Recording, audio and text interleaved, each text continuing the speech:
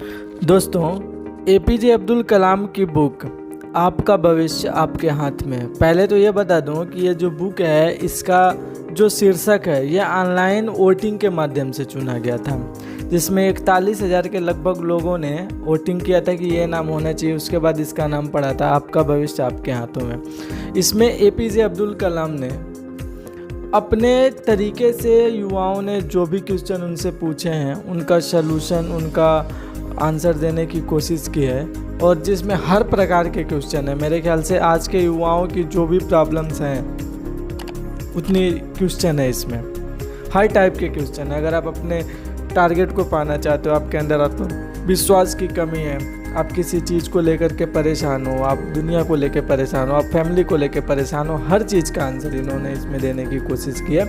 और ये chapter wise नहीं है, ये क्वेश्चन वाइज है, ऐसी बुक है। तो इसका मैं एक क्वेश्चन लूँगा आज और आपको बताऊंगा कि एपीजे अब्दुल कलाम ने इसका आंसर कैसे दिया और कितनी अच्छी सोच रखते थे और ये किस तरीके से युवाओं की मदद करते थे। ऐसे पहले राष्ट्रपति थे ये जो युवाओं से पत्रों का व्यवहार करते थे, लेन देन करते थे, और ये इनके फॉलोअर भी बहुत ज़्यादा थे। तो एपीजे अब्दुल कलाम से एक किसी युवा ने पूछा है, पहले तो बता दूं कि इस चैप्टर का नाम है स्वयं पर भरोसा रखें। किसी ने पूछा है कि सर, मेरे अंदर हमेशा से ही आत्मविश्वास की कमी रही है। दरअसल इस मामले में मैं और मेरा भाई दोनों एक से हैं। शायद ऐसा मेरी माँ की वजह से है, जो जब हम छोटे थे हमारी माँ देखभाल और सुरक्षा को लेकर ज़रूरत से ज़्यादा सावधानी बरतती थी और हमें हमेशा ज़िंदगी की सच्चाइयों से दूर रखती थी। पर मैं यह बात दावे के साथ नहीं कह सकता, लेकिन अब समस्या ऐसे बिंदु पर पहुंच गई है जहां इसकी वजह से मेरे करियर पर बुरा असर पड़ रहा है। मैं चाहता हूं कि हर कोई मुझे चाहे, लेकिन सच यह है कि कोई मुझे पसंद नहीं करता। मैं जहां काम करता हूं वहां मेरी एक दोस्त थी जो खाने के समय मेरे साथ बैठती थी, लेकिन मुझे ऐसा लगता था कि उसको मेरे ऊपर तरस आता था और इसलिए वह ऐसा करती थी। अगर मुझे घर से बाहर जाने की ज़रूरत होती थी और कोई पड़ोसी घर के बाहर होते थे तो मैं उनके वहाँ से चले जाने का इंतज़ार करता था ताकि मैं उनका सामना करने से बच सकूं। सबसे ख़राब बात यह है कि अब मुझे लगने लगा है कि मैं किसी काम का नहीं हूँ। मुझे शायद ही किसी बात से खुशी मिलती हो। निराशा को सहने की मेरी ताकत बेहद कम हो गई है। मैं बड़ी आसानी से हार मान लेता हूँ और इस बात का इंतज़ार करता हूँ कि कोई और हालात को संभाल ले। यहाँ तक कि कुछ समय की मुश्किल भी ऐसी लगती है जैसे हमेशा के लिए हो, और उन्हें भी बर्दाश्त नहीं कर पाता। हर वक्त एक उदासी और निराशा का भाव छाया रहता है। मैं आपका वह भाषण सुना जिसमें आपने कहा था, खुद पर यकीन रखो, अपनी काबिलियत पर भरोसा करो। अपनी खुद की ताकतों पर यथोचित अभिमान रहित विश्वास नहीं होगा तो आप सफल और खुश नहीं रह सकते। मुझे अपने दुखी रहने और कामयाब न होने की वजह पता है, लेकिन मैं खुद पर यकीन करूं तो कैसे करूं? किस बात का सहारा लेकर मैं खुद पर भरोसा करूं? मुझे अफसोस होता है यह कहते हुए, लेकिन मेरे अंदर कोई काबिलियत नहीं है जिसकी वजह से खुद पर भरोसा करूं। मुझे कुछ भी समझ में नहीं आ रहा है। मुझे यकीन है कि आप जो कहते हैं वह सच है, लेकिन ऐसा लगता है जैसे वह मेरे ऊपर लागू नहीं होता। कृपया मुझे रास्ता दिखाइए, बताइए कि मुझे क्या करना चाहिए। अब यहाँ पर एक छोटा सा उन्होंने कोटेशन दिया है एलेना रूजवेल्ट का। वो बोलते हैं कि हर उस अनुभव से जिसमें हम सचमुच डर से आंखें चार करने की हिम्मत करते हैं, उससे हमें शक्ति, साहस और आत्मविश्वास हासिल होता है। हमें वह ज़रूर करना चाहिए जो हम सोचते हैं कि हम नहीं कर पाएंगे। अब यहाँ से फिर उन्होंने आंसर देने दिया है उस युवा के। मेरे दोस्त, जाहिर है कि आपको अपना आत्मविश्वास जगाना और बढ़ाना होगा। हम सभी आत्मविश्वास से भरपूर व्यक्तियों को पसंद करते हैं, चाहे वह प्रेरणात्मक भाषण देने वाला वक्ता हो या पूरे आत्मविश्वास से मरीजों को देखने वाला डॉक्टर।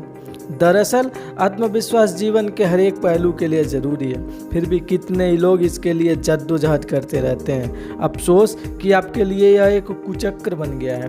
क्योंकि अपने अंदर आत्मविश्वास की कमी के चलते आपको सफल होने में दिक्कत आ रही है और सफलता न मिलने के कारण आप अपना रहा सहा आत्मविश्वास भी खो रहे हैं। आप पाएंगे कि जीवन के किसी भी क्षेत्र में लोग किसी ऐसे काम से जुड़ने से पीछे हट जाते हैं जिसकी बात करने वाले के अंदर घबराहट और हिचकिचाहट हो और जो जरा सी बात पे माफ़ी मांगने लगता हो। दूसरी ओर वह शख्स जो साफ साफ बोलता हो और सिर उठाकर आत्मविश्वास के साथ सवालों के जवाब देता हो और किसी बात की जानकारी न होने पर बेहिचक स्वीकार कर लेता है, वह आपका भरोसा जीत लेता है। आत्मविश्वास से भरे लोगों को देखकर दूसरों के मन में भरोसा पैदा होता है, चाहे वह श्रोता हो, सहकर्मी हो, अधिकारी हो, ग्राहक हो या दोस्त हो। और दूसरों का भरोसा जीतना उन प्रमुख तरीकों में से एक होता है जिनमें आत्मविश्वास से भरा व्यक्ति सफलता हासिल करता है। अच्छी बात यह है कि अपने अंदर आत्मविश्वास पैदा करना सीखा जाता है और उसे बढ़ाया जा सकता है। और चाहे आप अपने खुद के आत्मविश्वास पर काम कर रहे हो या अपने आसपास के लोगों का आत्मविश्वास बढ़ाने का काम कर रहे हो, यह एक ऐसा काम है जिसकी अहमियत किसी सूरत में कम नहीं है। इसलिए अपना आत्मविश्वास बढ़ाने के लिए आपको प्रयास करने चाहिए और इसके लिए जमकर मेहनत करनी चाहिए। दो प्रमुख चीज़ें जो आत्मविश्वास को बढ़ाने में मदद करती हैं वे हैं कार्यकुशलता और स्वाभिमान। हमें अपने कार्यकुशल होने का तब एहसास होता है जब हम पाते हैं कि हम जिस क्षेत्र में जाना चाहते हैं उस क्षेत्र के लिए अहमियत रखने वाले हुनर हासिल कर रहे हैं और उस क्षेत्र में अपने लक्ष्य हासिल करते जा रहे हैं। यह इस विश्वास का सवाल है कि अगर हम किसी भी क्षेत्र के लिए ज़रूरी हुनर सीखेंगे और मेहनत से काम करेंगे तो कामयाब होंगे। और यही वह विश्वास है जो लोगों को कठिन चुनौतियां स्वीकार करने और बाधाएं पैदा होने पर भी डटे रहने को प्रेरित करता है। यह बात स्वाभिमान से बहुत कुछ मिलती जुलती है, जिसे हम सामान्य तौर पर यह मान सकते हैं कि हमारे जीवन में जो कुछ चल रहा है वह हमारे काबू में है या उसे हम बर्दाश्त कर सकते हैं और इसके साथ ही हमें खुश रहने का भी हक है।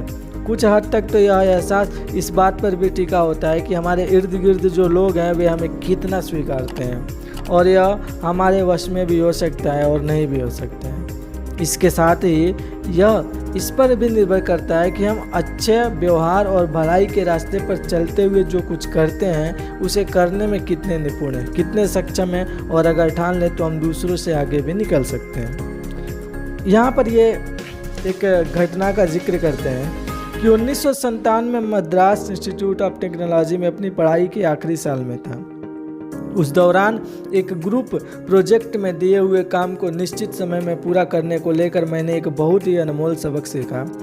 प्रोफेसर श्रीनिवासन ने मुझे प्रोजेक्ट लीडर के रूप में लेकर नीची उड़ान भरने वाली लड़ाकू विमान की प्रारंभिक डिज़ाइन तैयार करने को कहा था। 6 सदस्यों वाली एक टीम बनाई गई और हमें अपनी डिज़ाइन जमा कराने के लिए 6 महीने का समय दिया गया। प्रोजेक्ट के एरोडायनामिक्स और स्ट्रक्चरल डिज़ाइन की जिम्मेदारी मुझे सौंपी गई। टीम के बाकी 5 सदस्यों ने विमान के प्रोपल्सन, कंट्रोल, गाइडेंस, एवियनिक्स और इंस्ट्रूमेंटेशन का काम संभाला। 5 महीने बाद जब प्रोफेसर श्रीनिवासन ने प्रोजेक्ट की समीक्षा की और पाया कि हमारा प्रोजेक्ट संतोषजनक ढंग से नहीं चल रहा है तो उन्होंने साफ शब्दों में अपनी मायूसी जाहिर की। डिज़ाइन के काम में कई लोगों की भागीदारी की वजह से उन सबके काम को एक जगह करने में आने वाली तमाम दिक्कतों को लेकर मेरी दलील पर उन्होंने कोई ध्यान नहीं दिया, क्योंकि मुझे अपने 5 सहयोगियों से जानकारी लेकर काम करना था जिसके बिना मैं सिस्टम डिज़ाइन नहीं कर सकता था। इसलिए मैंने प्रोफेसर श्रीनिवासन से प्रोजेक्ट पूरा करने के लिए 1 महीने का अतिरिक्त समय मांगा। प्रोफेसर श्रीनिवासन ने देखो आज शुक्रवार की दोपहर है, मैं तुम्हें 3 दिन का समय देता हूँ कॉन्फ़िगरेशन डिज़ाइन मुझे दिखाने के लिए। अगर तुमने मुझे संतुष्ट कर दिया तो तुम्हें 1 महीना और मिल जाएगा, लेकिन अगर ऐसा नहीं कर पाए तो तुम्हारी छात्रवृत्ति रद्द कर दी जाएगी। मुझे बहुत बड़ा इस बात से झटका लगा जो ज़िंदगी में कभी नहीं लगा था। छात्रवृत्ति से ही मेरी ज़िंदगी चलती थी, उसके बिना तो मैं अपने खाने का खर्चा भी नहीं उठा सकता था। दिए गए 3 दिनों में काम पूरा करने के सिवा कोई चारा नहीं था। मेरे टीम के सदस्यों ने और मैंने तय किया कि हम जी जान से इस काम को पूरा करेंगे। रात को भी ड्राइंग बोर्ड पर सिर झुकाकर नज़रें गड़ाए, खाना और सोना छोड़ हम 24 घंटे काम में जुटे रहे। शनिवार को मैंने सिर्फ घंटे भर के लिए काम से छुट्टी ली। रविवार की सुबह जब मैं प्रयोगशाला में काम कर रहा था तो मैंने महसूस किया कि वहाँ कोई मौजूद है। देखा तो वह प्रोफेसर श्रीनिवासन थे, जो चुपचाप हमारे काम का मुआयना कर रहे थे।